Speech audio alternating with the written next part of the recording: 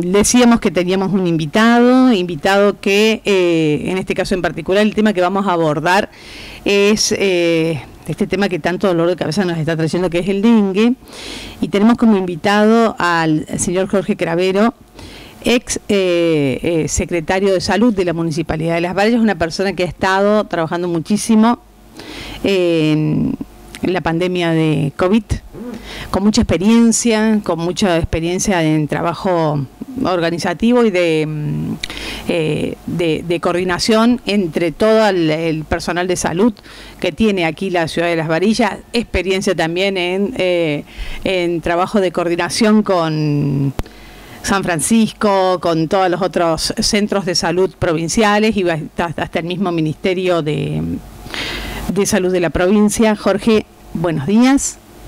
Muy buenos días, gracias por la invitación. Bueno, bueno, en este caso ya no como en este cargo de secretario de Salud, viéndolo como un ciudadano común, ¿no? A esto que está pasando con el dengue, que en el caso particular de Las Varillas estamos con la no tan grata noticia de que estamos en el top 10 de la cantidad de casos en relación a los números oficiales de la provincia. Bueno, ¿qué análisis hace, Jorge? Bueno, Adriana, en primer lugar, compartir tus palabras cuando vos hablabas de que esta época para los cristianos es muy especial porque es una época de reflexión. Y cuando yo decidí escribir el artículo de la fiebre amarilla en Buenos Aires en 1871, tenía como objeto no traspolar los hechos y acontecimientos y personajes de esa época a la actualidad, porque caeríamos en un error que a los historiadores no les gusta, que es el anacronismo, pero sí creo que podemos encontrar algunas diferencias, pero también algunas similitudes, y preguntarnos fundamentalmente qué nos está pasando como sociedad, que teniendo tanto conocimiento respecto a algunas enfermedades, estamos en la situación que estamos. En 1871 la gente se enfermaba, durante un periodo tenía síntomas muy parecidos a los de dengue, y la gente moría, y como había desconocimiento de cómo se producía la enfermedad y de cómo se contagiaba, aparecen dos corrientes de opinión. Una, la de los contagionistas, que decían de que había un ente viviente o una sustancia química que podía producir la enfermedad. Por supuesto que eso era todo especulativo, no había rigor científico en esas definiciones, y los anticontagionistas que decían no, como al no conocer un vector, ¿cómo se va a contagiar la enfermedad? Entonces ellos sostenían de que contraíamos la enfermedad a través de los focos miasmáticos, así se llamaban, o focos de infección. ¿Qué eran? Eran focos de residuos domiciliarios, aguas hervidas, cadáveres de animales, cadáveres de fallecidos. Porque algo muy típico de la época era que las personas, para no contagiarse, huían del lugar. Entonces, muchas personas quedaban solas en la habitación y fallecían. Entonces, en la recorrida que hacían los inspectores diariamente, se encontraban con personas que habían fallecido 2 o 3 días, entonces se encontraban con ese cadáver que para ellos era un foco miasmático. Y el otro foco miasmático importante era la radicación a la ribera del riachuelo, cerca del puerto, de lo que eran graserías, chancherías, curtiembres, saladeros, mataderos. Entonces, ¿ellos qué decían? Esos focos, además de emanar un olor nauseabundo y pestilente, emanan partículas que contaminan el aire, y ese aire que nosotros inhalamos es el que nos produce la enfermedad. Lejos de lo que realmente era. 1871, entonces, fiebre amarilla. Fiebre amarilla. Bien. Entonces, hubo que llegar al 1905 para que se comprobara científicamente de que había una especie de mosquito conocida como Aedes aegyptis, que es hematófago, que necesita chupar sangre, porque en la sangre encuentra la proteína le sirve para fertilizar sus huevos, los deposita, ese huevo cuando encuentra las condiciones de humedad y de temperaturas ideales, se transforma en una larva y termina eclosionando en un mosquito adulto. ¿Sí? Bien. El Aedes aegyptis hembra es el mosquito que en su momento transmitía la fiebre amarilla, que es el que en la actualidad transmite el dengue, chikungunya y Zika. El mismo mosquito. Es el mismo mosquito. Es el mismo mosquito. Pertenecen a una determinada familia que se llama Flaviviridis y a un género que se llama Flavivirus, ¿sí? Y ahí están, en esa familia está el virus de Zika, chikungunya y fiebre amarilla con características específicas. Ustedes se acuerdan que los virus de COVID no fue uno solo, fueron varios de la misma familia, ¿sí? Pero iban mutando hacia otro tipo de virus, ¿no es cierto?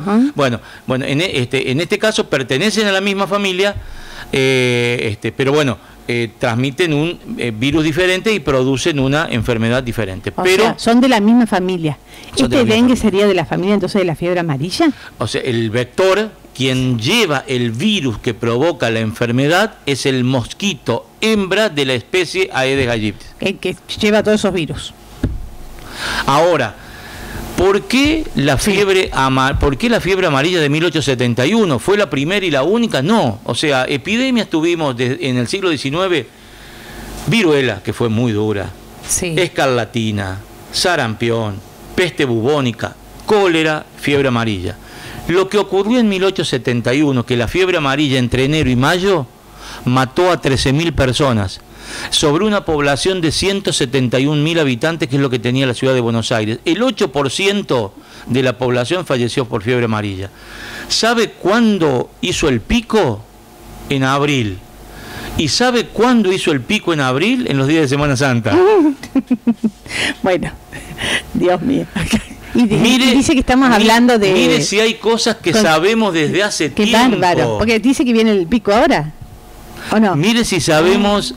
Todo con el mismo mosquito, ese es el tema. Todo el mismo mosquito, supuesto, 1871. Pero ¿qué es lo que pasa, Adrián? Ese mosquito, para estar activo, necesita determinadas condiciones climáticas que se daban en aquella época se dieron ahora. Y que se dan ahora, porque todos sabemos ahora que durante 7 días, menos de los 12 grados, está inactivo el mosquito. ¿Sí? Menos 12 grados. Por debajo de los 12 grados. Sí. Y entre 18 y 28 es donde está... más activo, o sea que mientras nosotros tengamos temperaturas entre 18 y 28 grados, vamos a tener huevos que eclosionan y mosquitos que nacen, y mosquitos que van a querer salir a alimentarse. ¿Sí? ¿Cómo tuvo una temperatura? Entonces, atribuible a la subtropicalización. Hoy tenemos dengue en el sur de Buenos Aires, en Bahía Blanca. Tenemos dengue en el norte de Río Negro. ¿Cuándo tuvimos en esos lugares? Nunca.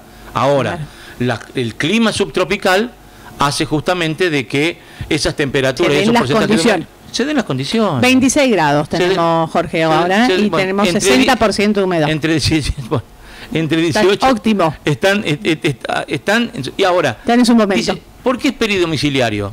Y es peridomiciliario porque se siente cómodo el mosquito. O sea, el mosquito, si está dentro de su casa, se siente seguro. Tiene cómo alimentarse, porque seguramente hay algún integrante de la familia a quien picar, ¿sí? Y seguramente encuentra dentro de la casa algún lugar para poner los huevos. ¿A dónde quiere que se vaya el mosquito? El mosquito se va a ir a ningún lado. Está bien ahí él. Está cómodo. Jorge, ¿a los animalitos los pica? Podríamos decir un all inclusive.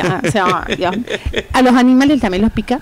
A los gatitos. No, yo los otros días escuché de que no se... O sea, toma sangre de los mamíferos, que es distinto tomar sangre a contagiar. Escuché que no, que a las mascotas no les transmite el dengue. Pero yo también había escuchado, por eso preguntaba. Pero sí toma la sangre de los mamíferos. Los puede picar, pero no le transmite el dengue. Bueno, menos mal, eso es lo que he escuchado. A nosotros nos toma, nos transmite. Bien. ¿Quieres saber cómo funcionaba el Estado en esa época con respecto a esto? Porque bueno, ahí estaba sorprendido porque no tenían conocimiento, digamos, en esa época. Me imagino lo que habrá sido, terrible. El órgano rector fue y tiene que ser siempre el Estado, el coordinador. En aquel momento se crea la legislatura sanciona lo que fue la ley de municipalidades. Y la ley de municipalidades, a partir de ahí, empieza con muchas instituciones. Muchas de ellas tenían que ver con la salud.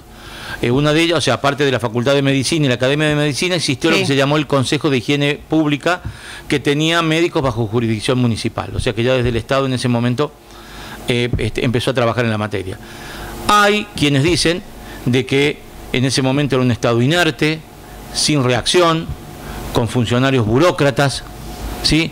Que mostraban permanentemente desidia, lentos respecto a esa situación, hasta tal punto de que los medios de esa época criticaron severamente a quien fuera el presidente de la Nación, Sarmiento, por haberse huido en plena epidemia al pueblo de Mercedes.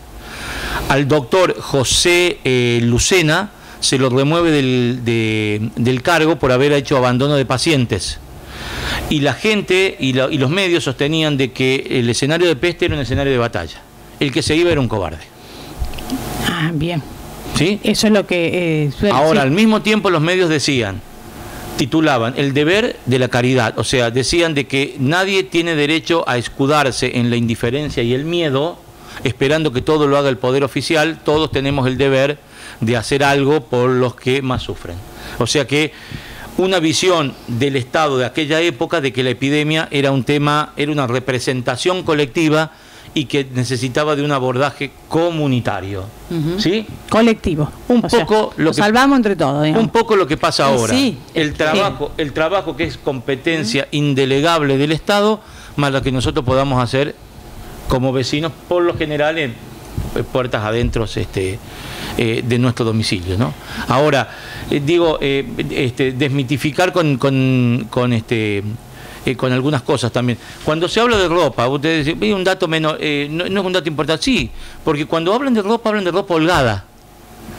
Y dice, para usarla negra y holgada, claro, porque al tener la ropa más grande, el mosquito cuando usted lo va a picar tiene que pasar la tela, pero después hay un espacio entre la tela y la piel, ¿sí? Que no es lo mismo, usted tiene pegado, ¿sí? Bien. Y el uso del ventilador se ha comprobado que es eficiente. ¿Por qué? Sí. Porque el mosquito cuando lo va a picar, si usted la corriente de aire que genera el ventilador le quita estabilidad o equilibrio al mosquito. Entonces cuando se va a posar para picarlo, si hay una corriente de aire importante, lo saca del lugar.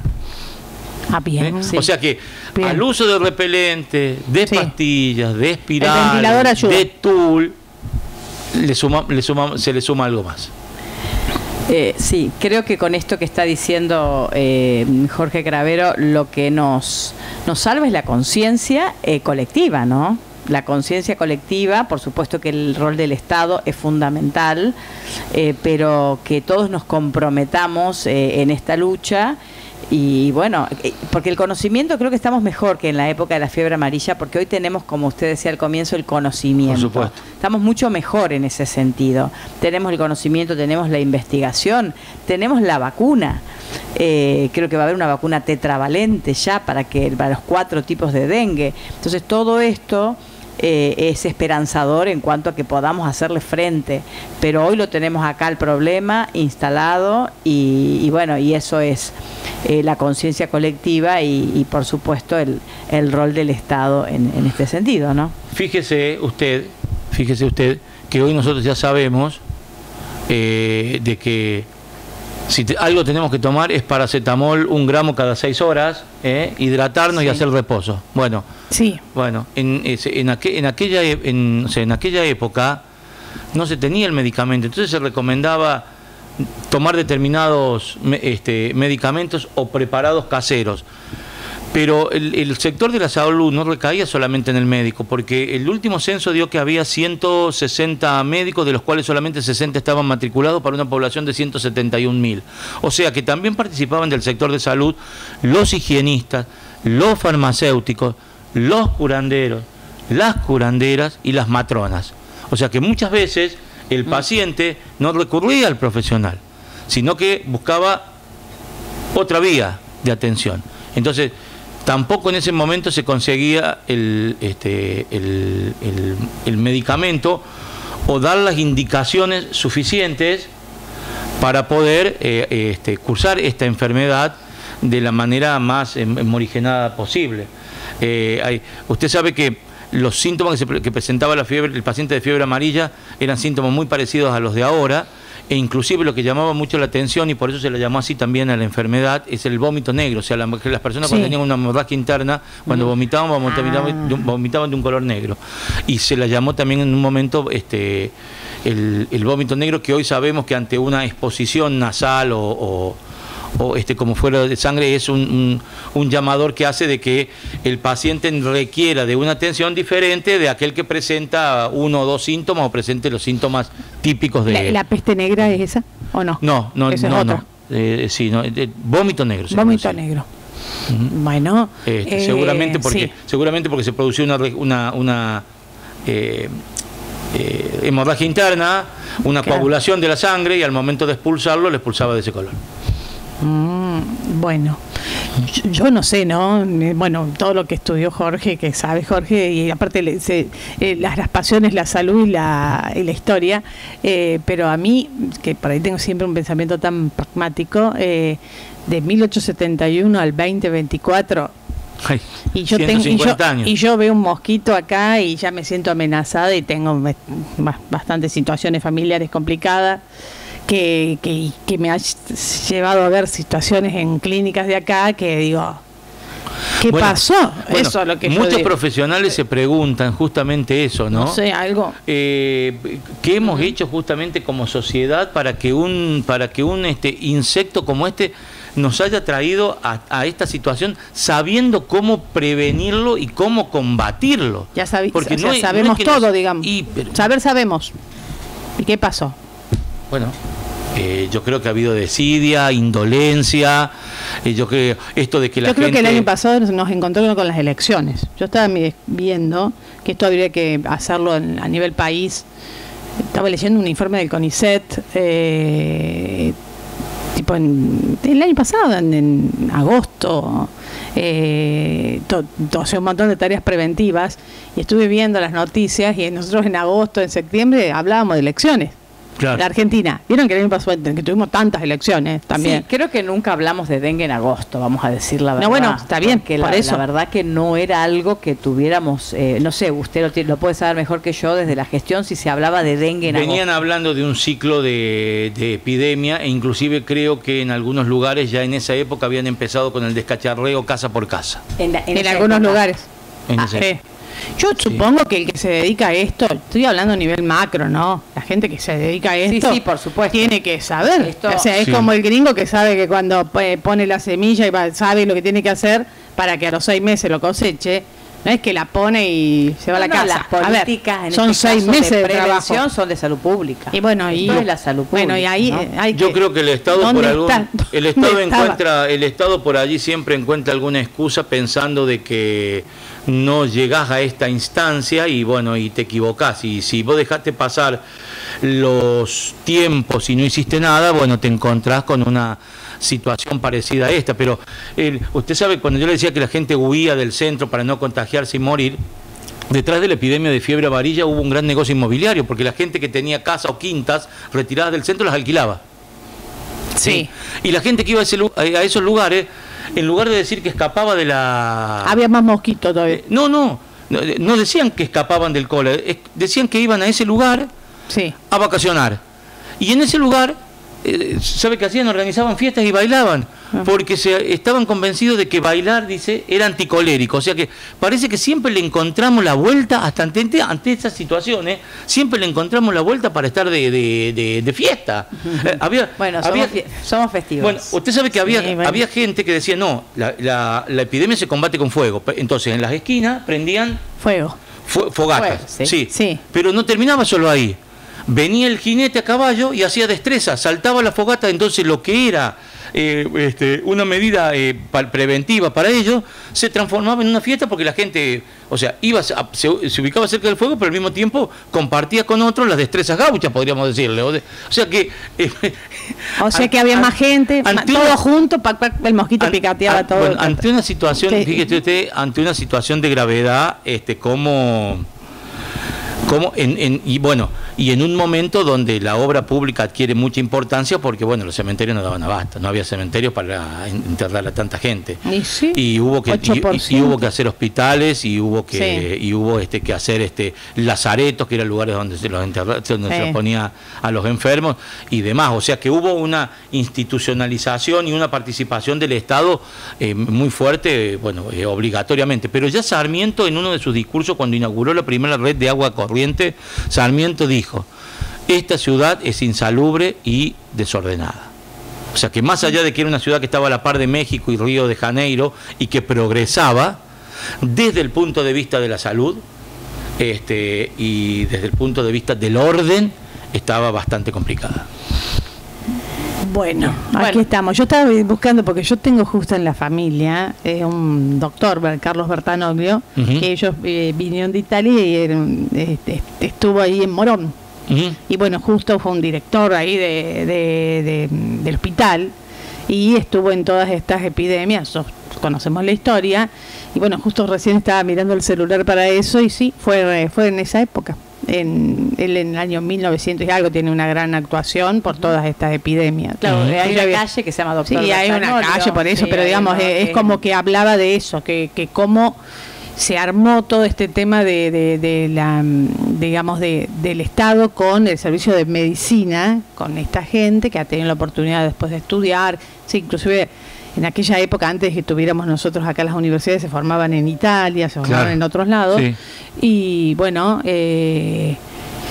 así se fue haciendo y así fue sufriendo, y así también vemos que aparecieron las casas de los huérfanos, por ejemplo, porque se morían los padres, se morían los tíos, se morían los abuelos. La casa de los niños expósitos, la casa de dementes, el hospital neuropsiquiátrico que se conoce como Moyano, fueron todas instituciones que nacieron en un momento de, se decía, de construcción y consolidación del Estado Nacional. Entonces, la persona que, por ejemplo, hacía una obra de caridad, como los integrantes de la Comisión Popular, se los consideraba también como salvadores de la nación. Ahí está, que son los famosos benefactores, porque hubo mucha gente que en todo este movimiento, o sea, ¿dónde vino el dinero? Mucho dinero vino de la gente que tenía dinero y que ponía dinero para estas obras que prosperaron, muchas de ellas, y están en la actualidad. Bueno, y ahora esas obras hay que mantenerlas, ¿no? Por eso el rol del Usted sabe que una de las instituciones que se crean, o sea, la ciudad de Buenos Aires tiene un eje norte, sur, este, oeste, y se derivó, o sea, el plano es una cuadrícula derivada de la época de la colonia, ¿no? Y estaba dividida en parroquias. ¿Sí? Claro. Y por cada parroquia se formó una comisión parroquial. Eran un titular y un suplente municipales que hacían todo lo necesario, como si fuese una comisión vecinal. Claro. Sí, en ese caso abocado fundamentalmente a visitar a los enfermos, llevar a los enfermeros, trasladarlo al lugar donde había que internarlo, controlar la higiene del lugar, hacer multas. Y lo que recaudaban, ese dinero lo manejaban ellos. Inclusive, además de las multas, había, con lo que decía usted, muchas donaciones. Usted sabe que con las multas, dice la bibliografía, con las multas llegó a pagarse todos los gastos de mantenimiento y personal de un mes en los cementerios. O sea que la gente, lo que usted dice, aportaba mucho dinero dinero se aportó a esa causa. Bueno, y ese trabajo sectorial, jurisdiccional, en este caso en cada una de las parroquias, la hacían dos municipales acompañados de vecinos de ese mismo lugar. Claro, o sea que podríamos decir que las comisiones vecinales también se remontan aquella época y que tomaron fuerza ante una situación pero una respuesta a una situación de suma urgencia, de urgencia, y que haya esto, ¿no?, de la articulación del Estado con los que puedan hacer un aporte, que no es menor. Todos podemos hacer nuestro aporte, algunos con el descacharreo, otros que tendrán la posibilidad de hacer un aporte económico, ¿por qué no? ¿Y estamos en una situación hoy de suma urgencia? Sí, estamos como en una alerta roja. ¿Y qué habría que hacer? Yo creo que el comité de emergencia que se constituyó, me parece, hace unos días atrás, con representantes de la salud de los distintos, o sea, del hospital y la gente del hospital, de EMA, centros de salud de las varillas, Policlínico y Garcés. Yo recuerdo, y cuando tengo la oportunidad lo digo, de esta famosa foto cuando nos enteramos del COVID, que se sacó, creo que en la explanada de la municipalidad, donde estaban todos los funcionarios y todos los médicos. Entonces, eso es un mensaje, es un discurso hacia la población donde la gente puede ver de que todo el sector de la salud, por eso yo le nombré en su momento a las matronas, a las curanderas, como para llevar tranquilidad a la población de que los médicos, las personas que conocen del tema, están abocados a la temática. Entonces, eso me parece que me parece que eso es fundamental, porque si no aparece el miedo. O sea, desde la antigüedad que la gente tiene miedo a enfermarse y a morir. Y cada vez que suceden episodios como este, surge eso. La gente huía de Buenos Aires en aquel momento porque veía cómo la gente se contagiaba, sufría durante el curso de la enfermedad y fallecía. Pero sí, sí. Entonces, eso es miedo, eso es, y eso, cuando se hace una bola cada vez más grande, chicas, y aumentan los contagios, y deja de ser miedo para ser terror y pánico. Claro, Y nosotros durante el COVID, mucha gente hemos pasado por terror y pánico. Hemos pasado por esta situación. Yo creo, usted me decía cuáles son las soluciones hoy. Por supuesto que las consultas a los médicos es fundamental para evitar un cuadro más grave, pero el descacharreo caso por caso urgente. Hoy ya sabemos que vamos a tener un brote con casos de mayor gravedad dentro de un año. Hay que empezar con el descacharreo caso por caso, para mí, y después con una secuencia o una frecuencia de fumigación, porque usted sale hoy y mata el mosquito adulto. Pero cuando eclosionan más huevos aparecen más mosquitos adultos, entonces tengo que salir a matarlos. Entonces, de un determinado periodo para que se mantenga una cierta frecuencia en lo que tiene que ver con la... Como mucha fumigación, como para controlar. Periódicamente una fumigación y fundamentalmente el descacharreo, porque de ahí es donde, si nosotros lográramos un descacharreo eficaz, cortamos el ciclo de evolución del mosquito. Entonces, o sea, hay que cortar ese ciclo de evolución. El descacharreo casa por casa, que muchas veces uno va, o sea, lo veo que no están las personas en la casa, bueno, suele suceder esto, ¿no? Pero a su vez que se puede insistir y volver. Lo que yo pregunto es, cuando se hacía con qué personal, por la cantidad de casas que hay en las varillas. No, es que no se hizo nunca personalmente. La última vez que se hizo un censo, que se hizo para conocer, un relevamiento para conocer si en las varillas estaba, ¿se acuerdan? La larva de la Aedes aegypti. Sí, me acuerdo. Que se invitó a instituciones, vino gente de San Francisco, claro, y demás. Tiene que haber mucha gente, se hizo un relevamiento para conocer si habían... O sea, se aprovechaba para hacer un descacharrado en el lugar, pero fundamentalmente se tomaban muestras para saber si ya existía en ese momento la larva de la Aedes aegypti, que ya existía. ¿Ya existía? ¿En qué año? Y... 6 años atrás, 7. No, estaba, o sea, yo estaba como secretario de salud y hace...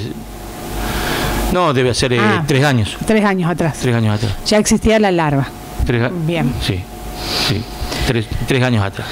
Pero ¿y qué se hace con los espacios? Pues yo que veo, digamos, bueno, en la concepción mía, ¿no? Somos una comunidad, una ciudad rural.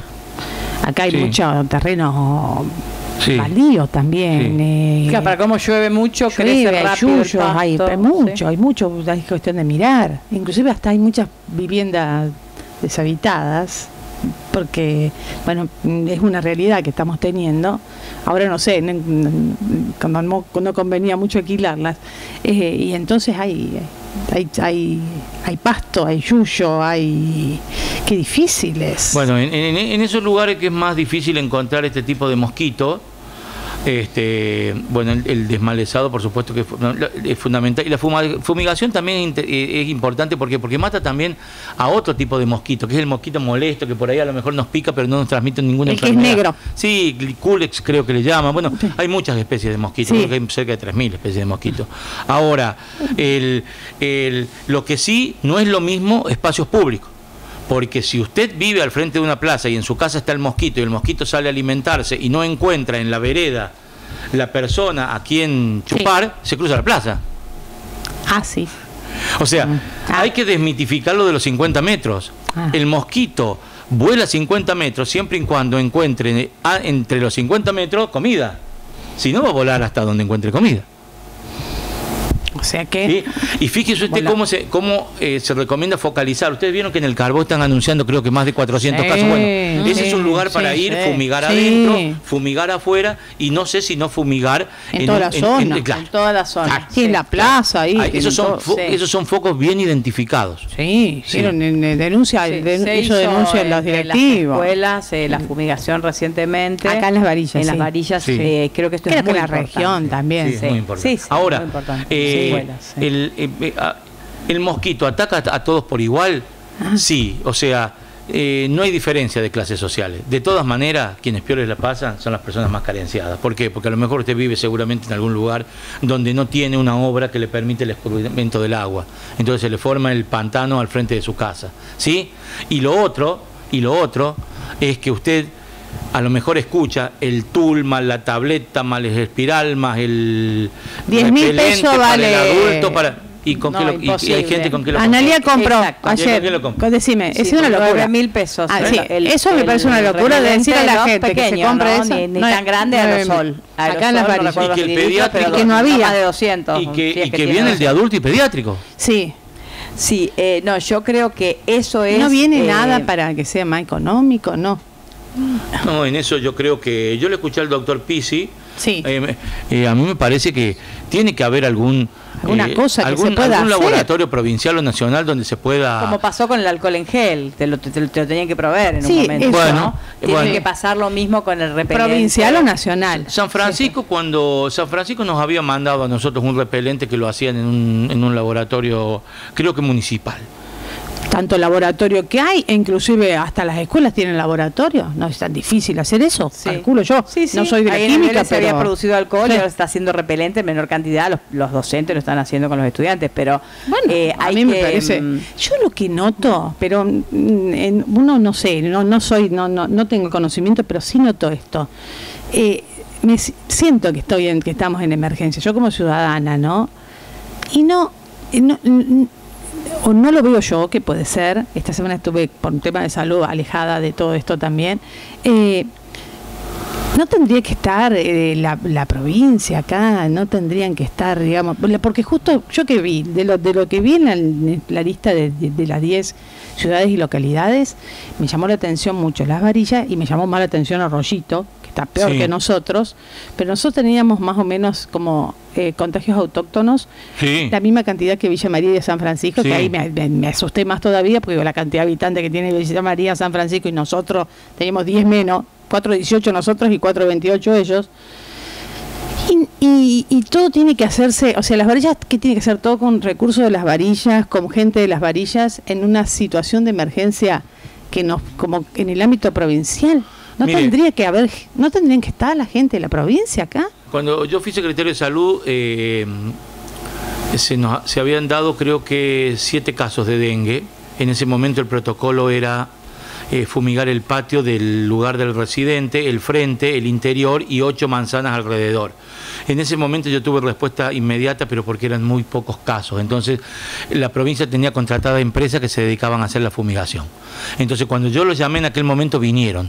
Hoy pienso de que así como lo deben estar llamando de Las Varillas, lo deben estar llamando de todos los puntos de la provincia. Es increíble, zoonosis. Bueno, Está pero sí, demandada. zoonosis. Pero Pero no ante solo esa zoonosis. yo creo que ante esa situación los municipios tienen que buscar alguna alternativa y tener por lo menos 1 o 2 cuadrillas con las mochilas. Sí, están y haciendo eso. Yo que lo la hicieron aceptación. a eso. Bueno, sí, eso lo si hicieron. lo- Pero eso para la fumigación. si lo hicieron es Pero- una medida con la que estoy totalmente de acuerdo. Claro, Claro. porque en realidad zoonosis dice, o sea, está Sí, porque no haciendo el pudieron- seguimiento, pero pide a veces, háganlo ustedes como municipio, porque nosotros no llegamos Seguramente. a todos lados, porque la demanda es en este momento es impresionante. Seguramente. Cuando vos hablabas de los casos recién, 400 y algo, pero son casos activos. No, esos eran Sí, los son casos los casos autóctonos. sí, Bueno, y los autóctonos Y los registrados. los que están registrados, que se saben que son Registrados, casos Pero, positivos. claro, pero no son los que están activos en este momento, ¿no? Digo para que no, No. pensemos que son tantos casos activos. para que porque- usted tenga Yo un no cálculo, sé hay cuántos muchas son. personas que cursan la enfermedad de manera asintomática o de manera monosintomática, algunos que simplemente con fiebre, ¿sí?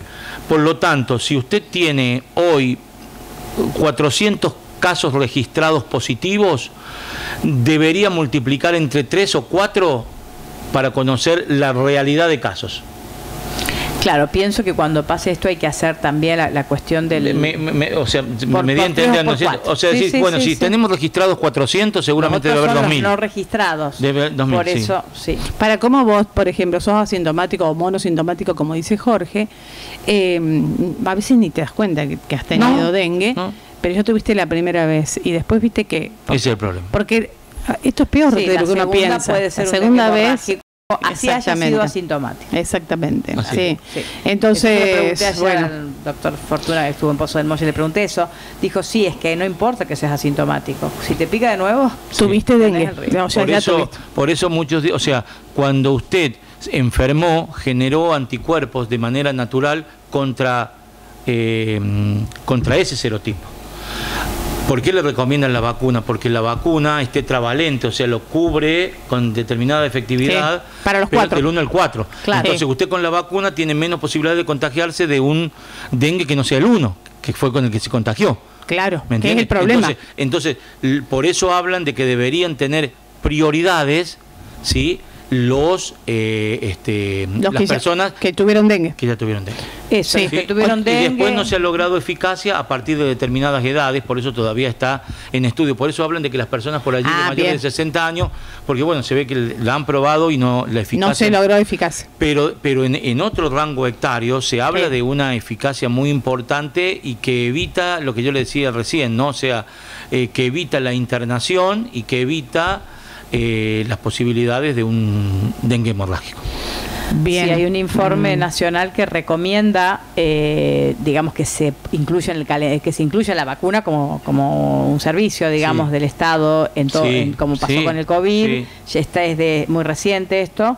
Y en una, como usted decía, en las personas que ya tuvieron Sí. y en una franja etaria, En una franja etaria determinada. porque es la que más está sufriendo, los jóvenes, ¿no? Exactamente. 30 años, Exactamente. un poquito arriba, 30 Los años abajo. adolescentes. Los adolescentes. Los adolescentes Sí. es terrible. Están recomendando la vacunación en Sí. esas edades, Sí. que bueno, que se está esperando a ver cuál es la decisión que toma el Estado Nacional, pero en definitiva eso es el Gobierno Nacional, pero en definitiva eso es lo que se está recomendando. Sí, bueno, pero a ver, 80.000 pesos vale la vacuna.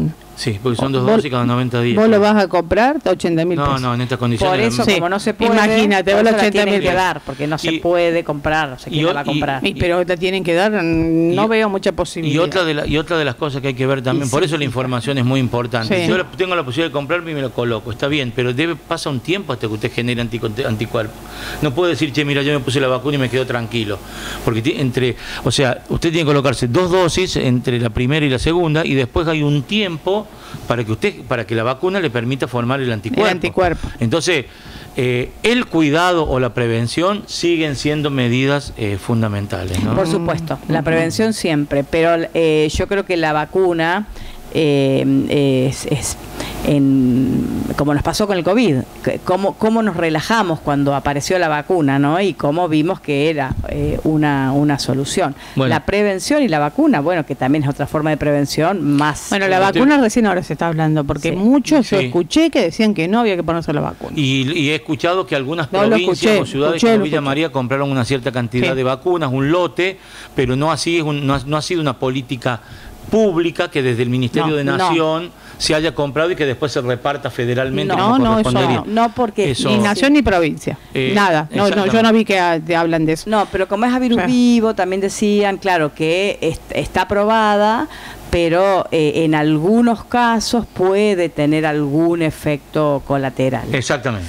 Es por eso que, bueno, por eso la recomiendan en determinadas personas y en determinadas franjas etarias. Exactamente. Pregunto porque hablé con una persona y que justo tiene un nenito de 2 años. Y están súper preocupados. Los niñitos, los bebés, Sí. complicadísimo. Sí. No, a mí me ha impactado mucho todo lo que he visto en estos últimos días porque, o sea, digamos, lo único que nos va a salvar son los 12 grados. Por debajo de los 12 grados, mientras se mantengan 7 u Sí. 8 días, el mosquito permanece inactivo. O sea, es eso. Sí, pero... Hasta ahora. Por eso algunos infectólogos dicen de que nuestra mejor vacuna sería el invierno. Por eso. Claro, el invierno sí, los 12 grados, pero adentro no hace 12 grados. O sea que hay que agudizar los mecanismos de eliminación del mosquito adentro del ¿Cuánto vive el domicilio. mosquito? Entre 10, ¿cuántos días vive? Sí. Entre 30 y 35. Vive un montón a todo esto también. El daño que puede causar. El daño que Sí, puede sí, hacer. por Ponen eso no hay sé que cuántos tener huevos. mucho cuidado Montón. con los domicilios, porque adentro el mosquito va a seguir viviendo, salvo que uno lo combata. Obviamente que tenemos mucha más chance de controlarlo si hace 12 grados. Qué mosquito Mire. dañino ese. Mire todos los vectores de tanta enfermedad que es, ¿no? Sí. Por eso hay muchos especialistas que nos explican de por qué hemos llegado a esta instancia. Y indudablemente es por desidia. O sea, algo que uno tiene que abordar comunitariamente, el Estado no cumplió su rol como corresponde y nosotros como integrantes de una sociedad tampoco hemos hecho lo que nos correspondía. No hicimos lo que teníamos que hacer. Pero ahora en más hagámoslo. No lo hicimos porque tampoco no hubo una política nacional. No, yo no me hago cargo. De esa no me hago cargo yo individuo. No. Me hubieran dicho, me hubieran como dividido, me hubieran dicho, mire, siempre va a venir. Cada uno que se haga cargo, el dinero estaba, los que cobraron sueldo, todo el mundo recibió su sueldo y nadie pasó nada. El año pasado, miren lo que de que hablábamos el año pasado, hablábamos de las elecciones. En el momento en que tendríamos que haber hablado del dengue. Andrea, por eso no nos confiemos. Pero no digo nosotros, yo digo el gobierno, los gobiernos en general. No nos confiemos. Actualmente es lo mismo, lógicamente que el Estado Nacional siempre no es lo mismo. Ahora hablamos del dengue porque hablamos de los casos, hablamos de los muertos y hablamos de la gente que la pasa re mal. Al abordaje de la salud desde la salud pública, de la enfermedad que hay que hacer ahora y no queda otra, el Estado tiene que estar ahí. Nosotros lamentablemente no nos podemos... Aparte tiene recursos, ¿cómo no hay otra? No nos podemos confiar en que la gente, porque así como hay gente responsable y gente indolente, entonces no nos podemos confiar de que la gente vaya a hacer el descacharreo. Nosotros tenemos que ir a constatar. Tenemos que ser prácticos en eso, pragmáticos, ir y constatar en el lugar de que realmente en ese lugar se haya hecho. Y si no, hacer como están haciendo en Córdoba, va el camión de los residuos y todo lo que no sirva se saca y se tira. Sí. Pero hay que estar, porque, a ver, hay que hacer como, digamos, una inspección, digamos, en las casas, en las escuelas La nonita de 80 años a lo mejor tiene una bicicleta del nenito dada vuelta y en el asiento, en la parte de abajo del asiento, junta agua, y esa nonita a lo mejor nunca se le ocurrió sacar la bicicleta. Y aparte ni se puede agachar. Vamos a decir la verdad. Entonces eso es fundamental. Y lo que tenemos que entender, yo esto le voy a dar una anécdota, lo que tenemos que entender que es fundamental, que este tipo de catástrofe, porque así se llaman, no tienen límites. O sea, en esa época, el vicepresidente Marcos Paz, vicepresidente Mitre, muere de cólera. Le voy a contar esto. Él muere de cólera porque en el 68 hubo cólera y en el 71 hubo fiebre amarilla. Las dos fueron devastadoras, ¿no? Se habla de huella traumática. Muere. Mitre está en la guerra de la Triple Alianza, junto a Brasil y Uruguay peleando contra Paraguay. Un amigo de Mitre, Guillermo Robson, lo llama y le dice: murió Paz, vuélvase urgente, presidente, tenemos una crisis política, está acéfalo el Poder Ejecutivo, usted no está y el vicepresidente se murió. El Congreso, ¿qué hace? Tiene las buenas intenciones de llamar a los parlamentarios, pero claro, por las distancias en que estaban, no iban a llegar a tiempo. Entonces, ¿qué es lo que se hace? Los ministros del Ejecutivo forman lo que se llamó un Consejo Ejecutivo y se hicieron cargo hasta que llegó Mitre, que demoró 16 días en volver del Paraguay a Buenos Aires. ¿En qué repercutió eso? De que se sancionara una ley que estableciera cómo se van sucediendo los presidentes a medida que están inhabilitados o fallecidos o ausentes temporarios. O sea que la epidemia de cólera en ese momento también generó una crisis política. Entonces, tiene varias dimensiones analizar este tipo de... Lo que uno primero piensa es justamente en la enfermedad y la muerte. En lo primero que uno piensa. Pero... Sí, hay otras consecuencias. Pero indudablemente hay otras consecuencias también. Pero sí, como las que se ven ahora en educación con los chicos que estuvieron 2 años, un año sin ir al colegio, digamos, y un año yendo por burbujas, por ejemplo, se nota ese problema que se da en el desarrollo, se nota, impacta en el desarrollo de los chicos después, ¿no? Y aparte, no yéndonos del tema, pero obviamente que va a haber repercusiones políticas. A ver, la persona que va al hospital y lo tiene para 3 horas y en el medio no lo atienden y se desmaya y todo, y muy contento no va a quedarse. Adriana. Andrea, empieza a haber toda una situación de... Y la gente no está contenta, yo no los veo la gente tan contenta. La gente está preguntando qué pasó. Es lo que nos preguntamos todos. ¿Y por qué? ¿Qué es el dengue? ¿Cómo vino? ¿Qué pasó? ¿Por qué esto? Andrea. Había una nenita de 8 años internada el otro día en el sanatorio. Yo me imagino la familia. Vos tenés tu hijito de 8 años con dengue. Yo este tema lo hablé con usted. El dengue y la fiebre amarilla y otras epidemias también Si tuvieron algún efecto conmovedor fue que trastocaron los rituales fúnebres tradicionales. La gente moría sola y en ese momento morir sola era morir indignamente. O sea, la gente estaba acostumbrada a morir acompañada, ¿sí? O en el caso de los funcionarios a que se realizaran con todos los honores, pero en la gente común, acompañada del amigo o el familiar. Ese familiar o amigo en la fiebre amarilla huía para no contagiarse. Y en el COVID, ¿qué pasó? Morían internados en un lugar donde los familiares a lo sumo lo podían mirar por el vidrio. O sea, otra dimensión más de la epidemia. Otra dimensión más de la social epidemia. Y hablando de lo social, en la crisis económica terrible que estamos pasando, esta es otra preocupación que yo tengo. ¿Cómo se está...? Que no sé cómo se está haciendo y me parece que no se está haciendo tanto. Yo escuché a gente que se tuvo que ir a hacer un análisis, 6.000 pesos. Después tenés que hacer de nuevo para ver las plaquetas, tenías que pagar hasta con obra social, ¿no? 10.000 pesos. Después que tenés que estar internado, 20.000 pesos. Después tenés que seguramente comprarte, temas de cuidados y todo.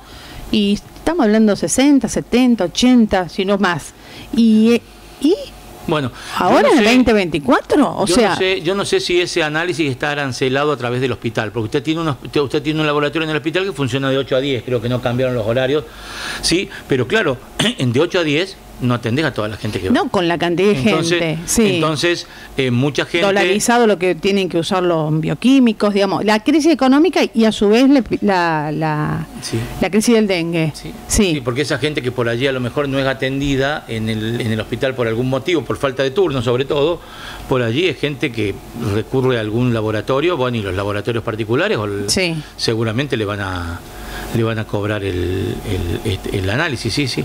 Y lo otro, la atención que le puede prestar el Estado depende de cada uno de los gobiernos, cuáles son sus prioridades. Hay gobiernos que por ahí a la salud la tienen relegada y hay otros que por allí la ponen en primer lugar. Entonces usted lo que puede hacer es una redistribución de partidas para decir, bueno, mira, en este año tengo esta situación, le voy a sacar a tal área para usarla en salud. Y yo no sé si se está haciendo eso, o a lo mejor las partidas que están asignadas a salud del presupuesto actual tienen fondos suficientes todavía como para atender la demanda. Pero hay alternativas, siempre y cuando la salud sea una prioridad. Yo no sé si... Me llama la atención sobre todo en los gobiernos provincial y nacional, que pareciera que no veo a las autoridades de fuste salir a hablar. A mí me parece que... ¿Cómo se llama el ministro de provincia? Más allá de... El ministro nuevo. Tiene un nombre raro. Está. Bueno, ¿cómo se llama? No me acuerdo. ¿Vos lo conocés? Y el Steiner es. Sí. Steiner. Bueno, ¿lo escuchamos hablar tanto? Yo estoy igual. Ahora tiene que aparecer Piqué Steiner. ¿Cómo se llama el ministro de Nación? Bueno. No hay. No. ¿Es ministerio? Sí, al final es ministerio. Yo creo que sí.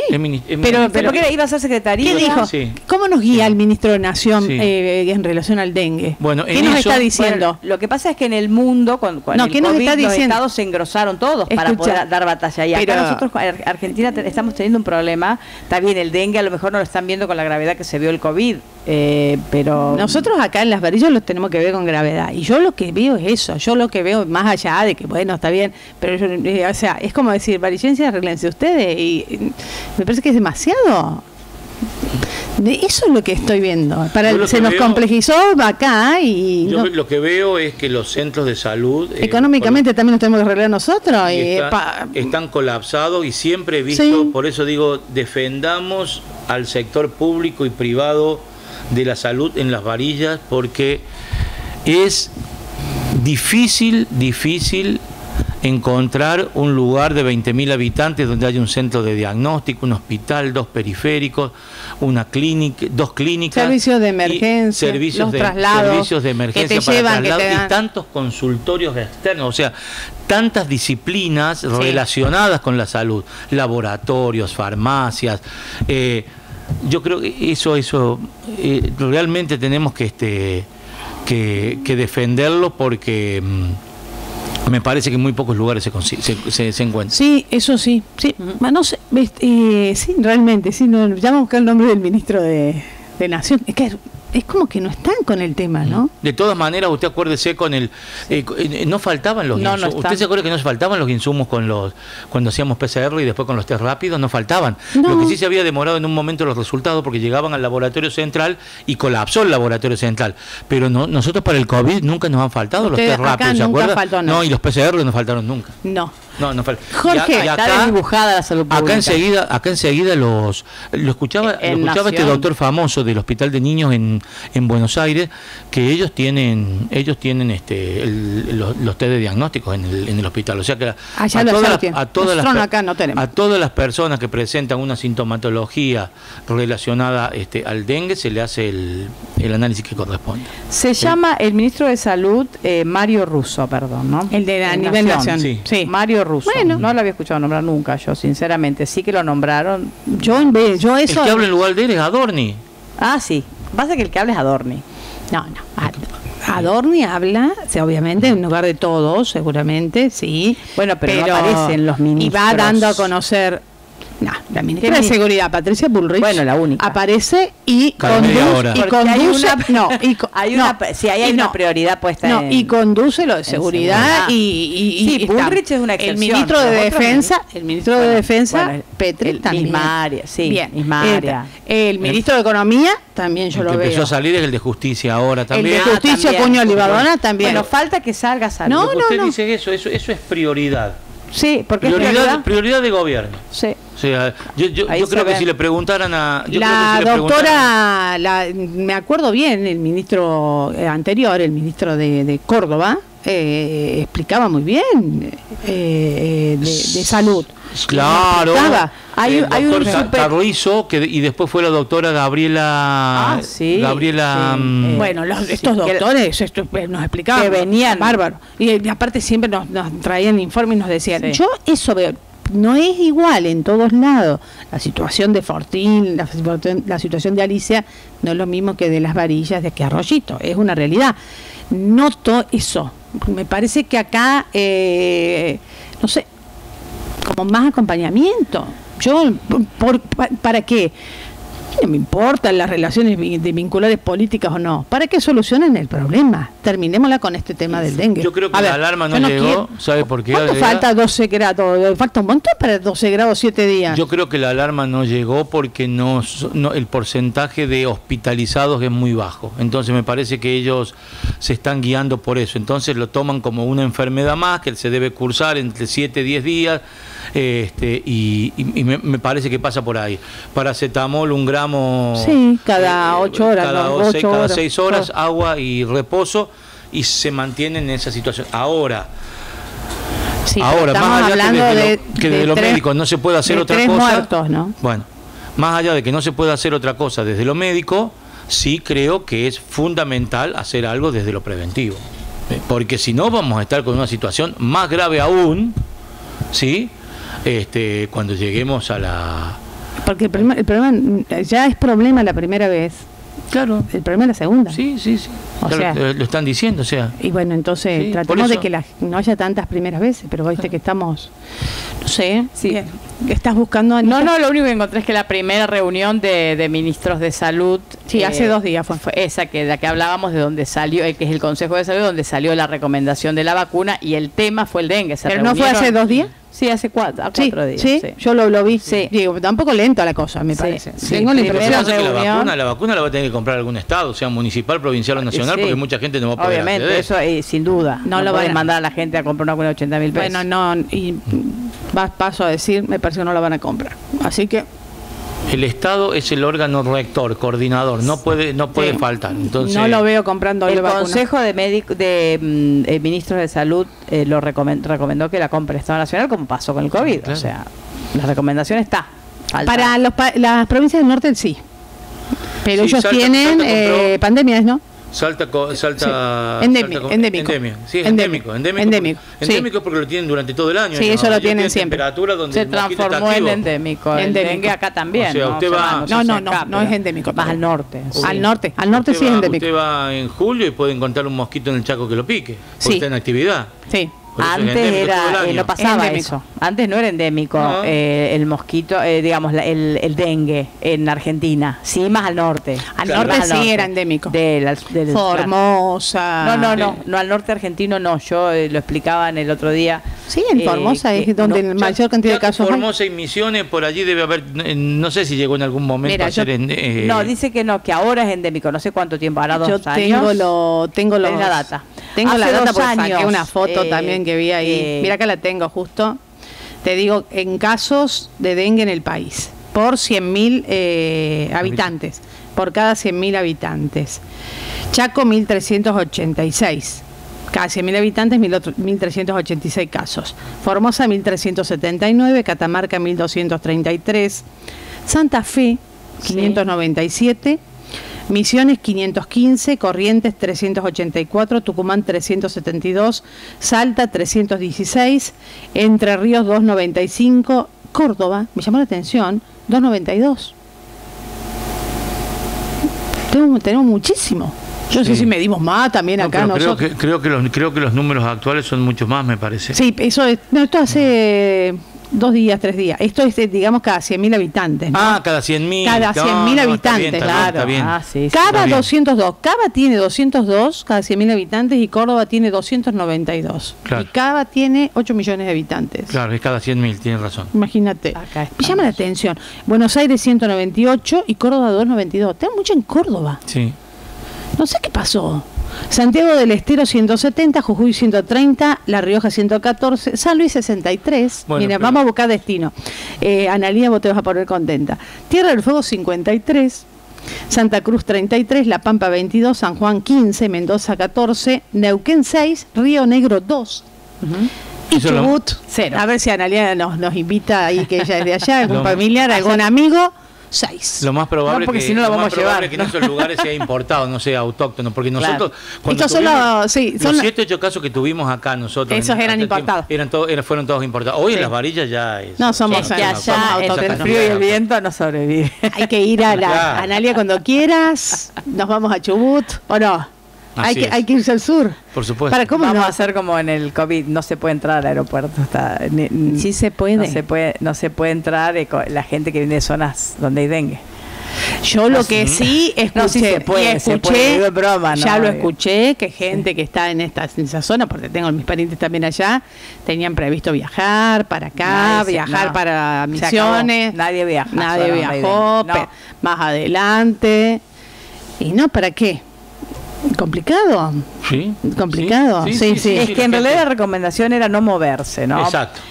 No moverse y sobre todo las embarazadas en el último Embarazadas, no moverse. periodo del embarazo, cerca del parto, que no se muevan en Semana Santa, la recomendación, porque bueno, y en general para todos, Por viajar, eso esperaban un pico justamente eso, por la cantidad de gente que se iba a que movilizar. viaja. Y claro, Exacto, sí. se movilizan y sí, Sí. eso es lo que hace que lamentablemente aumenten los casos, ¿no? Sí, sí, y noté que a partir de la semana pasada empiezan a suspender actividades de concentración de gente. Y posiblemente. Sí, a partir de la semana pasada. Medio lenta la cosa también, ¿eh?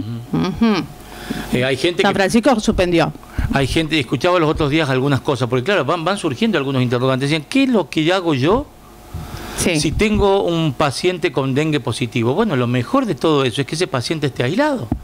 Porque si usted comparte algunos espacios y hay una Aedes aegypti que lo pica a él, cuando lo pica a usted, al querer alimentarse se lo va a transmitir. Entonces, lo ideal sería que el paciente esté aislado, que use repelente, que se pongan tabletas o espirales en el Todo. lugar y que tenga el menor contacto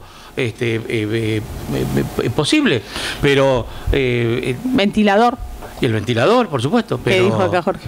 pero si no, las posibilidades de contraer, conocemos de muchas, yo conozco de muchas familias que me dijeron que se enfermó. Están todos enfermos. ¿Toda la familia? Todos enfermos. Toda la familia. ¿Y bueno, por qué?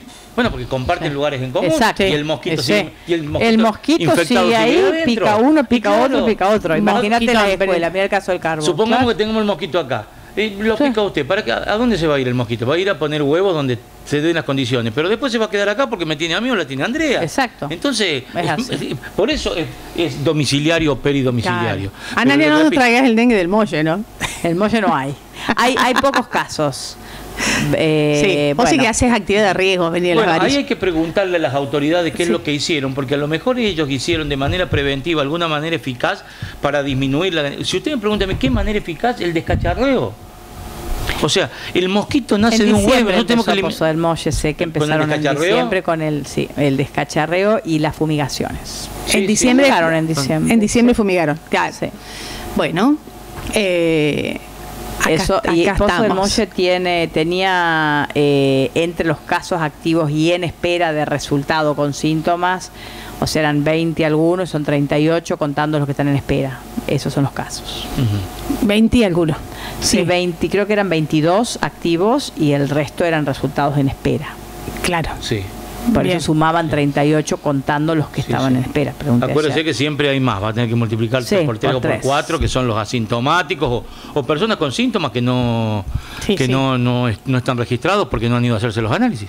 Jorge, Sí. bueno, Bueno, muy bien. gracias. ¿no? Y No, por te favor. pregunto, Sí. trabajar en conjunto, así que lo convoquen o que se acerque usted, no existe la posibilidad. ¿Cómo No, es yo después que dejé la Secretaría de Salud, la verdad que me he dedicado a algunos proyectos personales. No he tenido ningún tipo de consulta, pero yo creo que la municipalidad tiene funcionarios idóneos, y si no los tuviere, tienen la obligación moral de prepararse, pero aparte lo que yo digo, destacar el sector de la salud, que es gente que trabaja muy bien, que conoce del tema, que puede implementar un programa, que puede implementar medidas de prevención. O sea, yo creo que estamos en muy buenas manos, pero bueno, como le decía, rector y coordinador tiene que ser el Estado, y debería haber, que creo que existe ahora, un comité de emergencia para que tome decisiones y que después se canalicen por la vía que corresponda. Pero el compromiso es comunitario, y dentro de la comunidad están los profesionales y las personas y todos aquellos que pertenecen al sector de salud, que se los necesita. O sea que me parece que las varillas no le falta eso.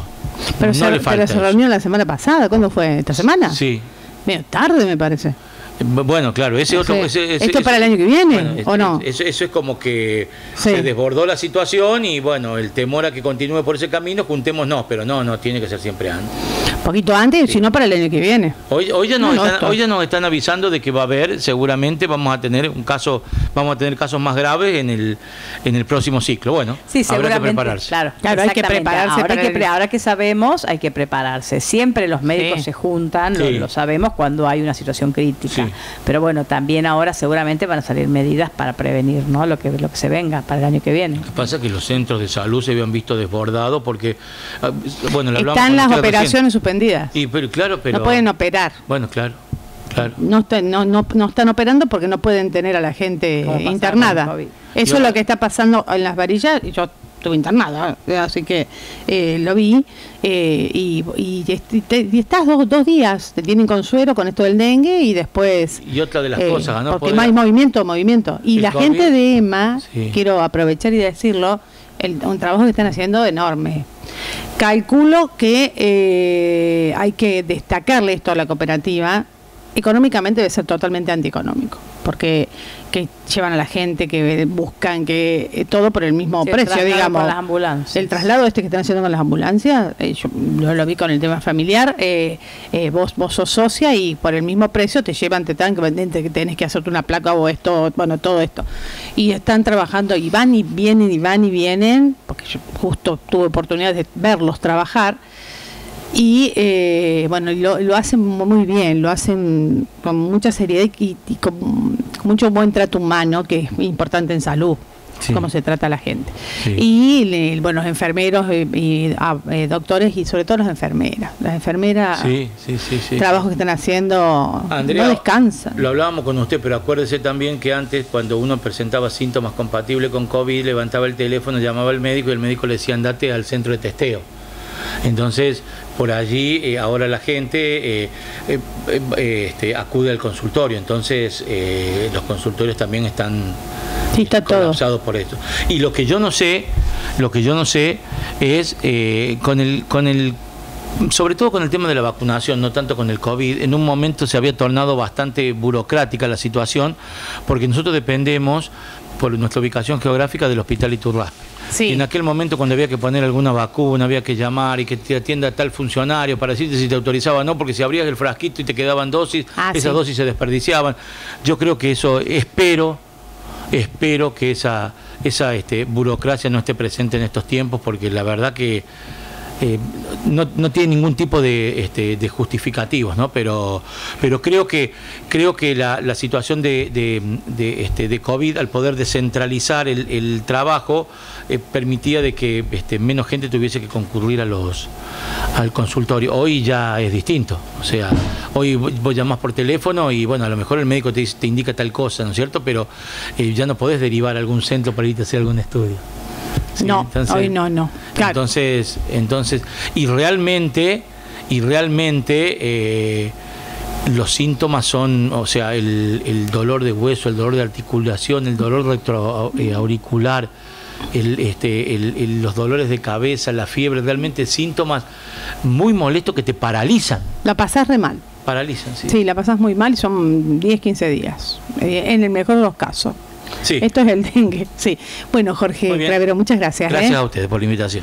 Jorge Cravero, ex secretario de Salud de la Municipalidad de Las Varillas, presente también aquí en la FM Vive.